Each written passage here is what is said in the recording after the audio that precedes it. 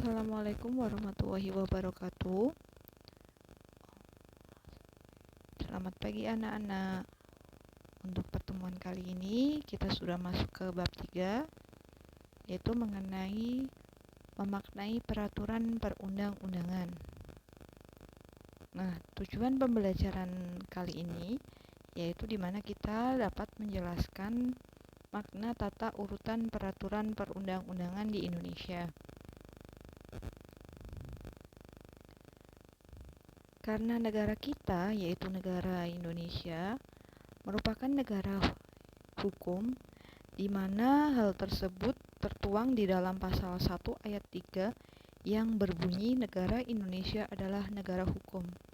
Jadi, sudah pasti negara Indonesia sudah pasti membutuhkan hukum. Kemudian, untuk mewujudkan sistem hukum nasional di Indonesia sesuai pasal 22A di dalam Undang-Undang Dasar tahun 1945 yang berbunyi, ketentuan lebih lanjut tentang tata cara pembentukan undang-undang diatur dengan undang-undang. Kemudian, peraturan perundang-undangan itu sendiri memiliki pengertian menurut Undang-Undang di nomor 12 tahun 2011 bahwa peraturan tertulis yang memuat norma hukum yang mengikat secara umum ditetapkan oleh sebuah lembaga negara atau pejabat yang berwenang dalam peraturan perundang-undangan. Kemudian, tata urutan perundang-undangan di Indonesia di dalam pasal 7 sesuai Undang-Undang nomor 12 tahun 2011, di mana di urutan pertama itu ada Undang-Undang Dasar tahun 1945. Kemudian aturan di bawah Undang-Undang Dasar ada ketetapan MPR.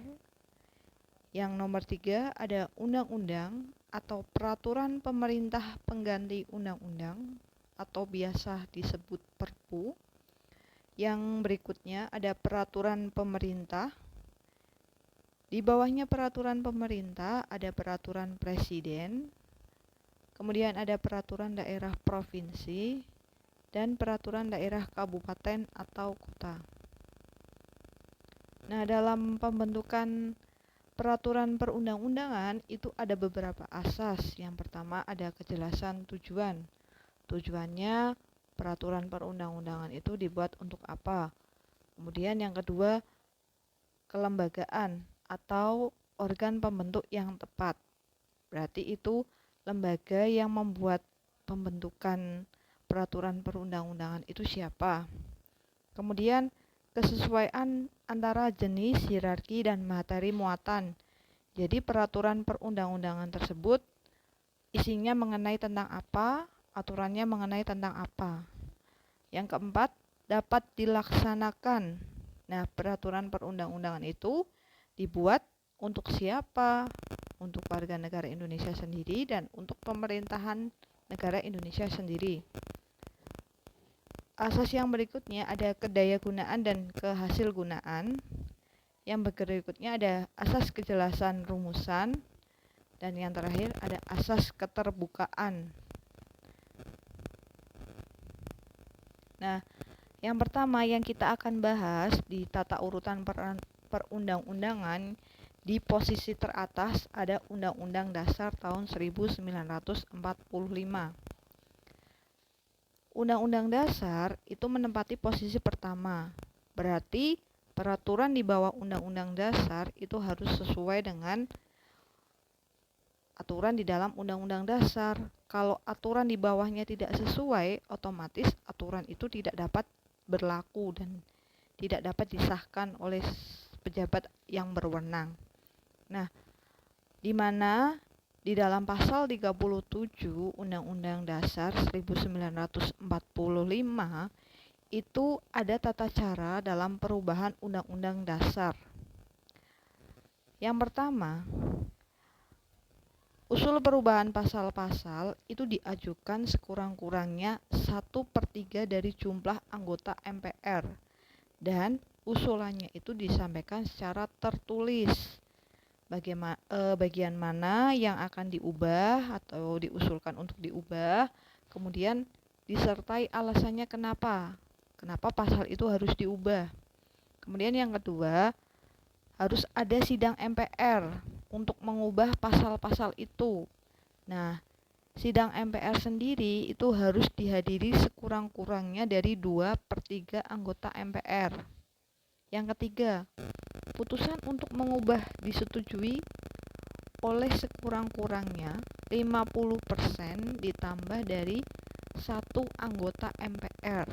Jadi, untuk mengubah undang-undang itu tidak asal-asalan mengubah saja tanpa memperdulikan anggota yang hadir.